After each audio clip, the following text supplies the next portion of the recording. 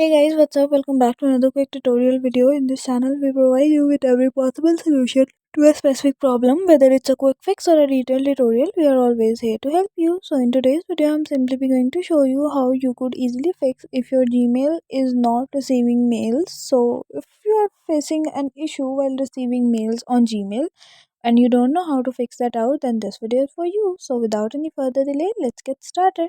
First of all, what you have to do is to simply head towards your Google Play Store and check whether you are using the up-to-date version of the app or not. Tap on the magnifying glass icon at the bottom, head towards the search bar at the top and search for Gmail. Here you have to make sure that you are using the up-to-date version of the app. If not, then update the app as soon as possible because updating the app usually fixes all the bugs and glitches inside the app and most of the issues are resolved.